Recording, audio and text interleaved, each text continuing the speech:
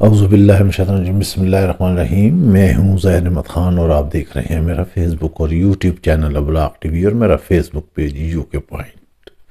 اس سے پہلے کہ ہم آپ کو خبریں بتائیں اور اس ویلاگ میں بتائیں کہ کیا کچھ ہونے جا رہا ہے، انتہائی اہم ترین ویلاگ ہے، ایکسکلوسیو ہے۔ اس میں بہت اہم ترین خبریں ہیں۔ جو پی ٹی آئی سے بدلہ لیا گیا ہے، جو ان سے چھن گیا ہے، اس حوالے سے خبریں ہیں، اور کچھ اور انتخابات سے، الیکشن سے پہلے ایک بہت بڑی انتہائی اہم ترین ڈیولپمنٹ ہونے جا رہی ہے، اس کے بارے میں بھی ہم روشنی ڈالیں گے۔ اس سے پہلے کہ ہم ایک ویلاگ اپنا شروع کریں، اس ویلاگ شروع کرنے سے قبل جو ہے اس ملک کے جو صحافی ہیں، کامران خان، حامد میر، اور ایک ہمارے قانون دان ہیں ایڈوکیٹ صدیق، ان کے بارے میں جو ہے کامران خان نے ایک پروگرام کیا اور اس میں یہ مدعو تھے، اس میں یہ مہمان تھے۔ انہوں نے ان حقائق سے پردہ اٹھایا ہے جس سے آنکھیں اور چشم جو ہیں وہ چکا چوند ہو گئی ہیں۔ انہوں نے وہ حقیقت بیان کی ہے جو شاید ابھی تک کسی نے بیان نہیں کی ہے۔ قانون اور آئین کے حوالے دے کر اس چیز کو ثابت کیا گیا ہے کہ سپریم کورٹ کا فیصلہ کہاں اور کس جگہ کھڑا ہے، الیکشن کمیشن نے کیا کیا ہے اور مقتدر حلقے کیا کرنے جا رہے ہیں۔ اس سے پہلے کہ ہم اپنا ویلاگ شروع کریں، آپ یہ ملاحظہ کریں اور آپ سنیں کہ ان تجزیہ نگاروں نے کیا کہا ہے۔ اس کے بعد ہم آپ کو اپنا تجزیہ دیں گے۔ جی آپ سماعت فرمائیں۔ جی بالکل آپ صحیح کر رہے ہیں کہ in effect this organization as a political party, اس کا فنڈامنٹل رائٹ اگر آرٹیکل 17 کو سسپینڈ کر دیا گیا ہے اور اس پولیٹیکل پارٹی کو as a political party suspend کر دیا گیا ہے۔ لیکن جو سرپرائزنگ بات ہے وہ یہ ہے کہ جو سپریم کورٹ نے ریزنز دی ہیں اس کو جسٹیفائی کرنے کے لیے، اتنے بہت بڑے اقدام کے لیے، پہلی بات سپریم کورٹ یہ کہتا ہے کہ جی آپ پشاور ہائی کورٹ کیوں گئے، آپ لاہور ہائی کورٹ کیوں نہیں گئے، کیونکہ آپ نے پہلے لاہور ہائی کورٹ میں یہ چیلنج کیا تھا۔ مطلب کیا آپ اتنے بڑے فیصلے اس ٹیکنیکلٹیز پہ ڈیسائیڈ کریں گے جبکہ آپ مانتے ہیں کہ دونوں کورٹس کے پاس جورسڈکشن ہے؟ دیکھیے سوال یہ نہیں ہے کامران صاحب کہ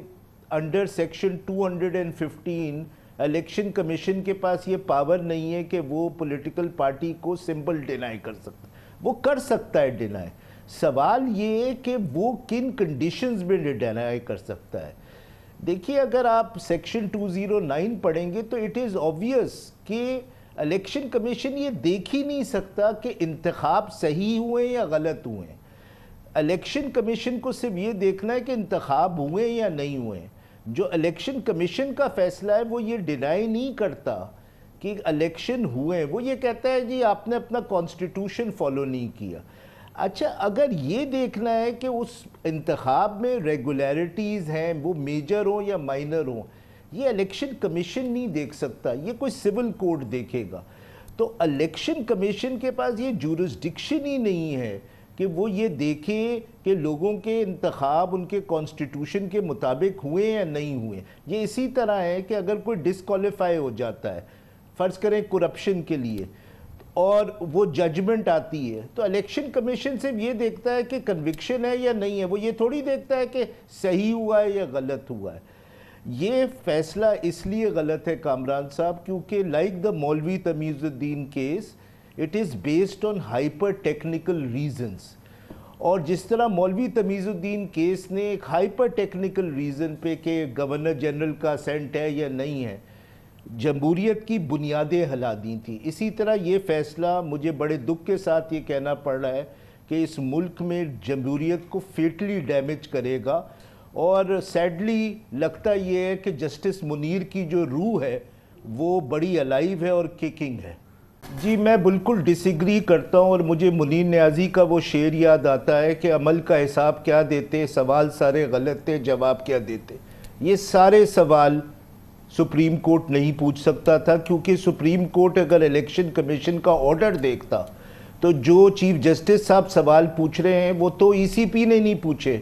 ای سی پی نے ان کا سمبل اس گراؤنڈ پہ نہیں لیا ہے کہ نومینیشن پیپرز نہیں دیے گئے یا الیکشن کا وینیو ٹھیک نہیں تھا یا اور کوئی ریگولیرٹی ہوئی ہے۔ اس گراؤنڈ پہ ای سی پی نے ایک لفظ نہیں کہا ہے۔ یہ الیکشن، یہ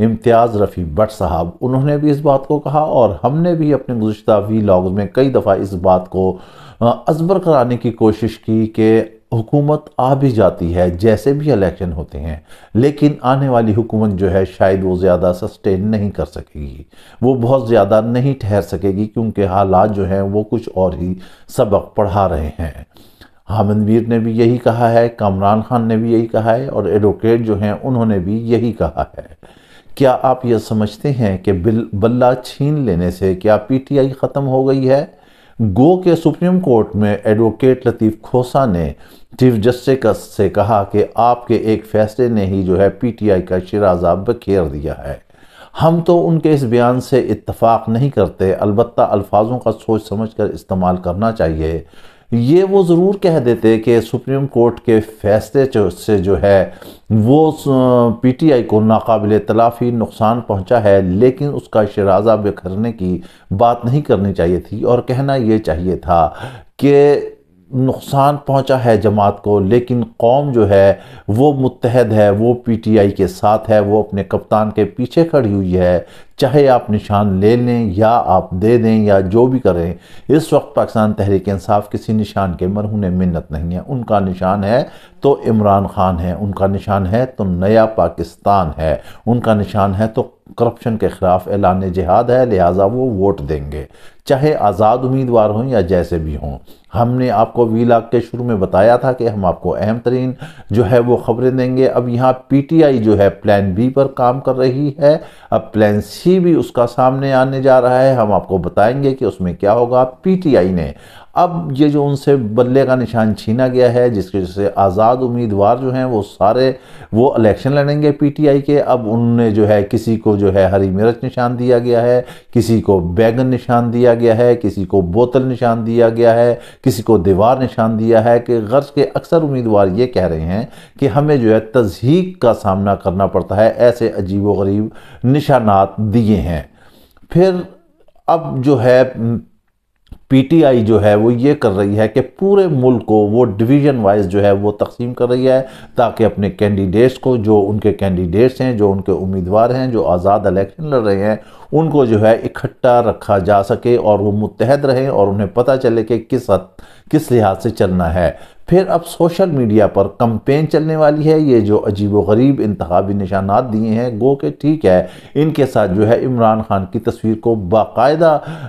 لگا کر شائع کیا جائے گا سوشل میڈیا پر، تاکہ عوام کو ازبر ہو سکے کہ کون سا نشان کس کا ہے۔ ایک طرف یہ بھی فیصلہ ہے کہ اگر کسی مجرم کی تصویر لگائی جائے گی تو اس امیدوار کو انتخابات سے ہٹا دیا جائے گا، نکال دیا جائے گا اور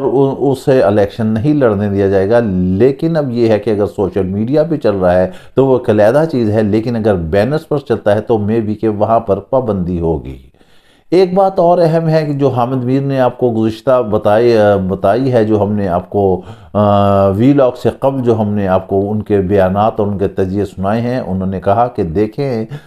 کچھ عرصہ قبل جو ہے فیصل ووڈا اس بات کو بار بار ازبر کرا رہے تھے کہ پی ٹی آئی جو ہے اس کے پاس بلے کا نشان نہیں ہوگا اور عمران خان انتخابات میں نہیں نظر آ رہے۔ انہوں نے ساتھ یہ کہا کہ کامران خان صاحب آپ بھی جانتے ہیں اور میں بھی جانتا ہوں کہ فیصل ووڈا جو ہے وہ کس سے ملتے ہیں اور کہاں اٹھتے بیٹھتے ہیں، لہٰذا میں فیصل ووڈا کی بات کو بہت وزن دیتا ہوں۔ اور پھر جب میں نے بات کی، میں نے پتہ کیا اور پی ٹی آئی والوں سے میں نے کہا کہ آپ کے الیکشن میں جو ہے نہ بلہ ہوگا اور نہ عمران خان ہوگا، تو اس وقت تو انہوں نے یقین نہیں کیا، لیکن اب ایسا ہی ہو رہا ہے۔ اس پر کامران خان نے کہا کہ اس کا مطلب یہ ہے کہ یہ فیصلہ کہیں پہلے ہی ہو چکا تھا، جس پر حامد میر نے کہا کہ ہاں دیکھیں، آپ یہ دیکھ لیں کہ فیصل ووڈا